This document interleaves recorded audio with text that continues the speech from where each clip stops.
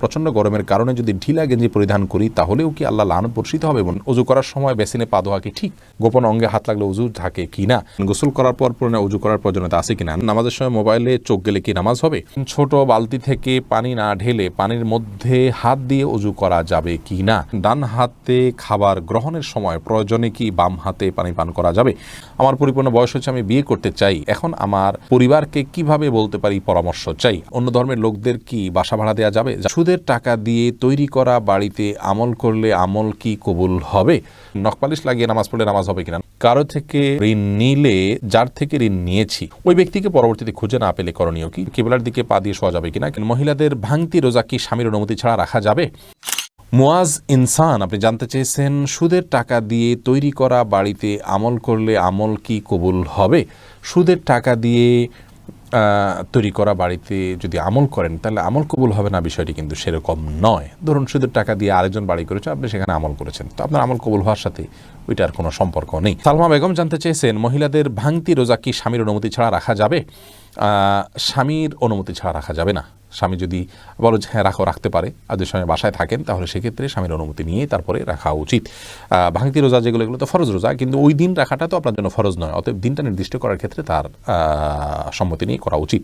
কারজাই এর দিকে আপনি জানতে চেয়েছেন, কারো থেকে ঋণ নিলে যার থেকে ঋণ নিয়েছি ওই ব্যক্তিকে পরবর্তীতে খুঁজে না পেলে করণীয় কি? যদি কোনোভাবে খুঁজে পাওয়া না যায় এবং আশাও ছেড়ে দেন তাহলে সেক্ষেত্রে সেই ঋণের টাকা আপনি যে কোনো গরিব মানুষকে, অসহায় মানুষকে আপনি দান করে দিবেন বা কল্যাণমূলক খাতে দান করে দিবেন ওই ব্যক্তির তরফ থেকে, প্রাপকের তরফ থেকে, তাহলে আপনি দায়মুক্ত হবেন ইনশাআল্লাহ। এমডি ইফতিখার শুভ আপনি জানতে চেয়েছেন, নখপালিশ লাগিয়ে নামাজ পড়লে নামাজ হবে কিনা? নখপালিশ লাগিয়ে যদি আপনি অজু করেন তাহলে অজু হবে না, আর ওজু না হলে নামাজ হবে না, অতএব বলতে পারেন নখপালিশ লাগিয়ে অজু করে নামাজ পড়লে নামাজ হবে না। কিন্তু যদি অজু অবস্থায় নখপালিশ লাগিয়ে আপনি নামাজ পড়েন অজু অবস্থায়, তাহলে ওই নামাজটা হবে।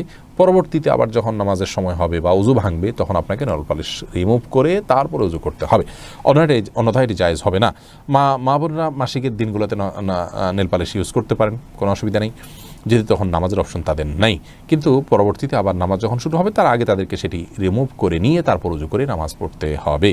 মুসলিউদ্দিন হৃদয় জানতেছেন, পুরুষ ডাক্তার দ্বারা সিজার ডেলিভারি করানো যাবে জায়েজ কিনা? যদি বিকল্প না থাকে তাহলে জায়েজ আছে, কিন্তু এটি আমাদের দেশের জন্য খুবই লজ্জাজনক একটি অধ্যায়। বাংলাদেশে এখন অহরহ ডেলিভারি করানো হয়, সিজার করানো হয় পুরুষ ডাক্তারের মাধ্যমে। শুধু বাংলাদেশে নয়, সৌদি আরবেও এটি আমি দেখেছি, কাছে থেকে জেনেছি যে পুরুষ ডাক্তাররা এই কাজগুলো করেন। এটি খুবই গর্হিত কাজ, খুবই গর্হিত কাজ।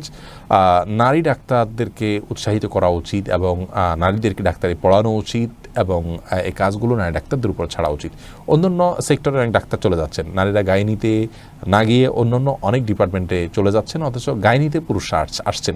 এটি মুসলিম কান্ট্রি বা মুসলিম সমাজের জন্য লজ্জা ছাড়ার কিছু নয়। একজন রোগী হিসাবে আমরা যদি অনন্যোপায় হই, অন্য কোনো বিকল্প ব্যবস্থা না থাকে, তাহলে আমাদের জন্য এটি জায়েজ রয়েছে। হোসেন আহমদ জানতে চেয়েছেন, আমার পরিপূর্ণ বয়স হচ্ছে, আমি বিয়ে করতে চাই, এখন আমার পরিবারকে কিভাবে বলতে পারি পরামর্শ চাই? আপনার বিয়ের বয়স হচ্ছে, আপনি নিজে না বলতে পারলে অন্য কারোর মাধ্যমে বলাবেন। এই জন্যই তো গোটা পরিবারকে দিনের পথে আনার জন্য আগে চেষ্টা করতে হয়। তারা যখন দিন বুঝবেন তখন তাদের সব কিছু বোঝানো সম্ভব হবে কোরআন এবং হাদিসের আলোকে। আপনি নিজে না পারলে অন্য কারোর মাধ্যমে করবেন। আলমগীর হোসেন জানতেছেন, নামাজের সময় মোবাইলে চোখ গেলে কি নামাজ হবে? নামাজ হয়ে যাবে, কিন্তু এটি নামাজের মানকে অনেকখানি নিচে নামিয়ে দিবে। মোবাইল এর দিকে চোখ যাওয়া উচিত নয়, বরং নামাজের সময় সিজদার জায়গায় চোখ থাকা উচিত। নামাজের দিকে অন্যদিকে মন যেতে পারে সে বিষয়গুলোকে সরিয়ে ফেলা উচিত নামাজের আগেই। মোবাইলকে এমন জায়গা রাখা উচিত নয়। নবী সাল্লাল্লাহু আলাইহি ওয়াসাল্লামকে একবার একটা কাপড় দেওয়া হলো নামাজ পড়ার জন্য, সেখানে কিছু চিত্র ইত্যাদি অঙ্কন করা ছিল, হয়তো গাছপালার চিত্র বা এরকম হালাল কোনো চিত্র ছিল।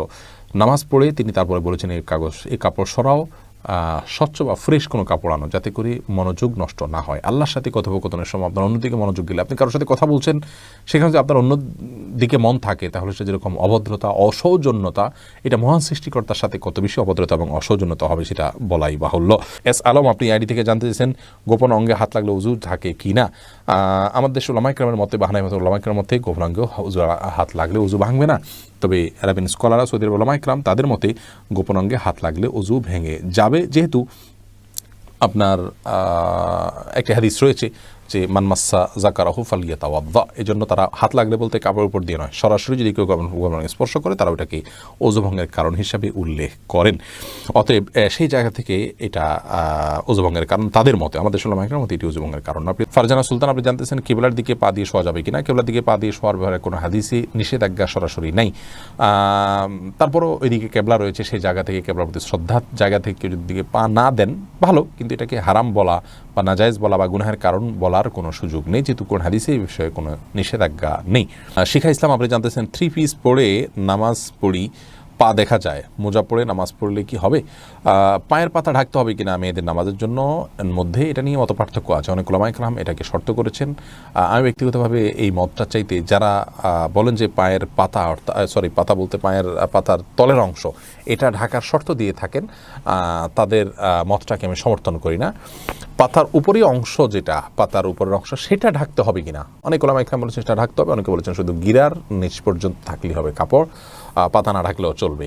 তো দুই পক্ষের উলামায়ে কেরামের দলিল রয়েছে। নিরাপদ হলো এমন কাপড় পরা যে কাপড়টা অনেক বেশি লম্বা হয়, যে পায়ের পাতার উপরের অংশ সহ ঢাকা পড়ে।